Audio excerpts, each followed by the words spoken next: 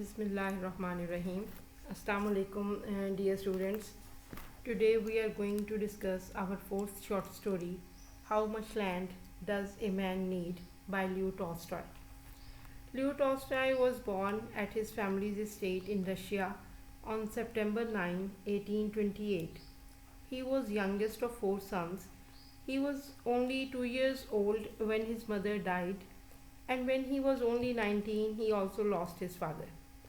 He received his early education at home by French and German tutors. Later, he went to the University of Kazan but left without obtaining a degree. He returned to his rich family estate and worked on his lands, trying to lead the serfs in their work.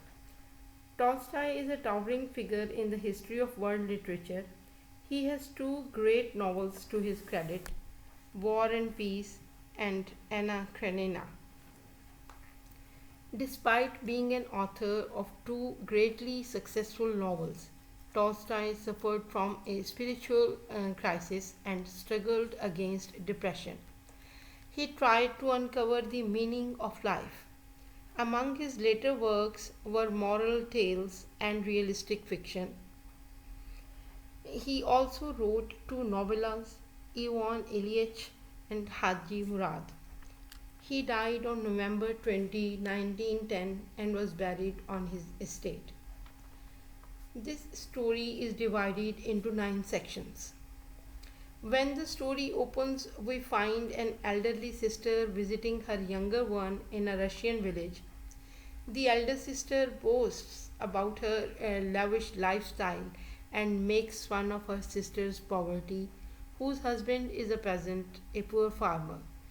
The younger sister defends her lifestyle by saying that it is more secure as compared to the city lifestyle and does not like her elder sister's bragging about being wealthy. This conversation is overheard by Paham, the husband of the younger sister. He is the protagonist of our story. He feels satisfied by his wife's reply to her sister. He has a little desire in his heart and says, If I had plenty of land, I shouldn't fear even the devil himself. So he claims that by having a little land of his own, he would be immune to any temptation in the world. At this point, the writer introduces Devil into the story, who is amused by Paham's proclamation. All right, thought the devil, we will have tussle.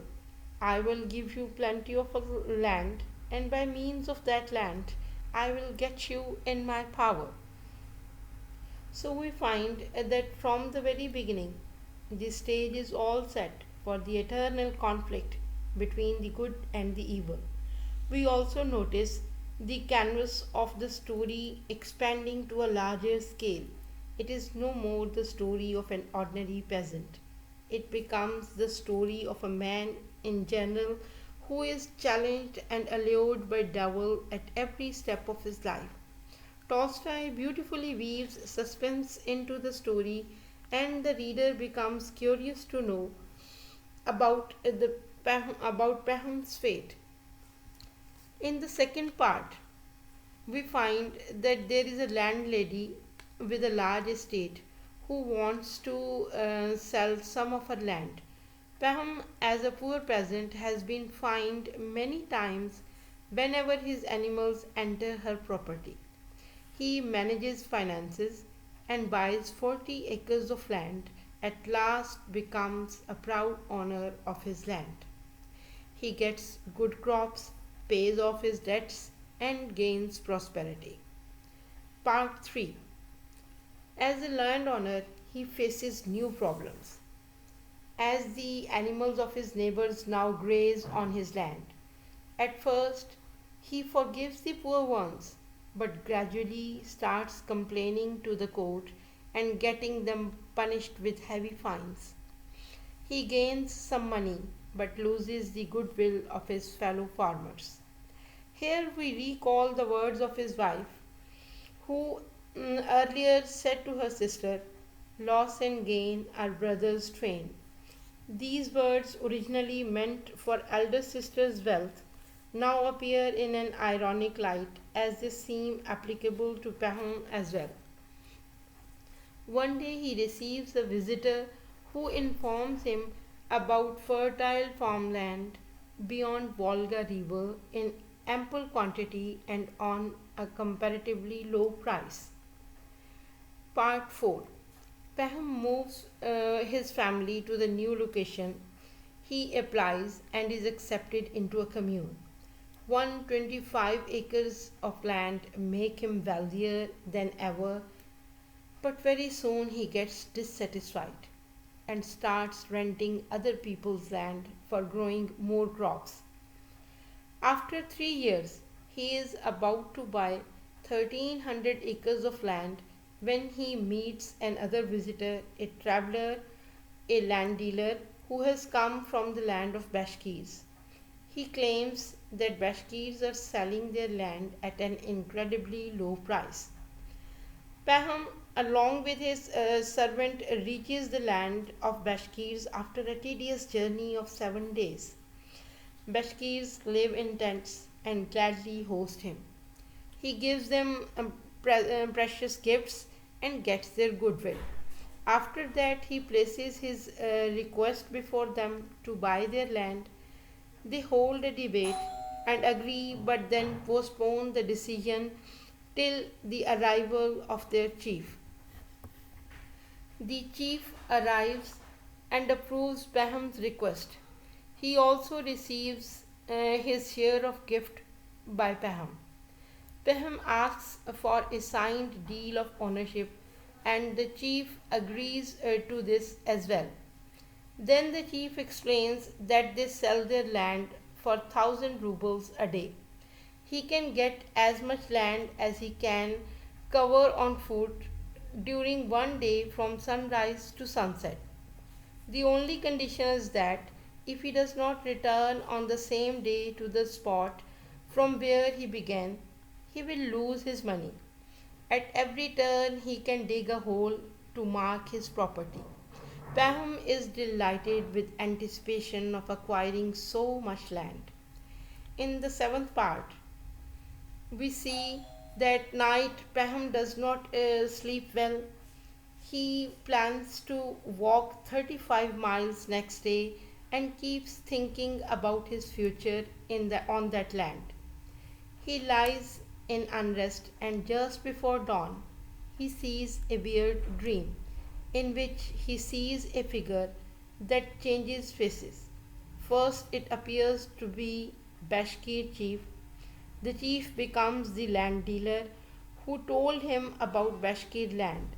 The dealer turns into the visitor who told him about farmland beyond Volga, and finally the peasant becomes the devil who is chuckling, and in front of him lies the dead body of Paham himself. He wakes up in horror but soon dismisses the dream from his mind. Part 8. Paham and the Bashkirs arrive on a large treeless plain just before sunrise. He hands over 1000 rubles to the chief, takes his bread and water, and starts his journey. He decides to go towards the rising sun and sets off on a regular pace. But very soon he notices that the farther he goes, the better the land becomes. This phenomenon urges him to move on a faster pace, and that results in tiredness. He feels fatigued but does not stop to rest and moves on. At midday, he reluctantly turns round. And now we are on the final part. He is fully exhausted and in pain. He starts panicking, thinking perhaps he would never be able to cover his distance back to the starting spot. He now regrets his marking of too much land. Oh dear, he thought, if only I had not blundered trying for too much, and I have grasped too much land and ruined the whole affair. I can't get there before the sun sets. He finds the Bashkirs yelling at him to reach the spot. The chief is laughing out loud, and Baham recalls his dream. He runs up the spot at the step and collapses. He gets praised by the chief for his successful return, but soon everybody realizes that Baham is dead. His servant buries him in 6 foot long grave. So the story ends on a sorrowful note. Through this story, Tolstoy forces his reader to think about the time tested saying that greed is curse. We also learn the value of contentment in life. We should learn to be content with what we have without being greedy. Throughout the story, we find Paham desiring more and more land, running blindly on the path of greed that ultimately ends in his death, and he leaves the world barehanded. This story is replete with elements of suspense and irony. While reading the story, we remain curious to know about what is going to happen next till the last sentence. And many statements made earlier in good faith take an ironical turn with the development of the story.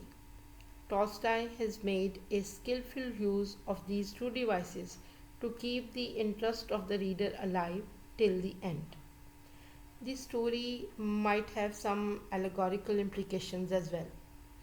The appearance of devil in the very first part and his intentions to throw challenges in the path of the protagonist give the story a symbolic importance, and we have a feeling that from the landlady who sells 40 acres of land onwards to the land dealer who informs Paham about the fertile land of the Bashkirs, and finally the chief himself who agrees to sell his land on a weird condition, are all actually representations of devil himself in the story.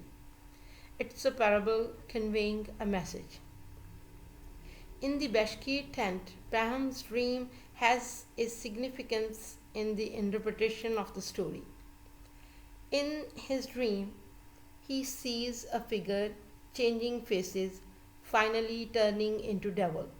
He finds his own body lying dead at the devil's feet. This dream foreshadows Paham's fate. It also serves as a last warning from his subconscious. This story also makes us realize that in our lives, at one point or another, we all have to face a situation where we should understand the difference between need and greed.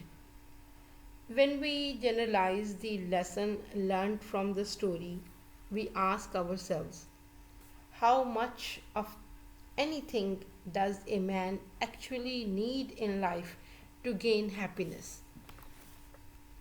So, my dear students, the story that starts with the question, how much land does a man need, ends with an answer in the last line. His servant picked up the spade and dug a grave long enough for Pam to lie in and buried him in it. 6 feet from his head to his heels was all he needed. My dear students, this is a great story that earned Tolstoy praise of many a worthy man.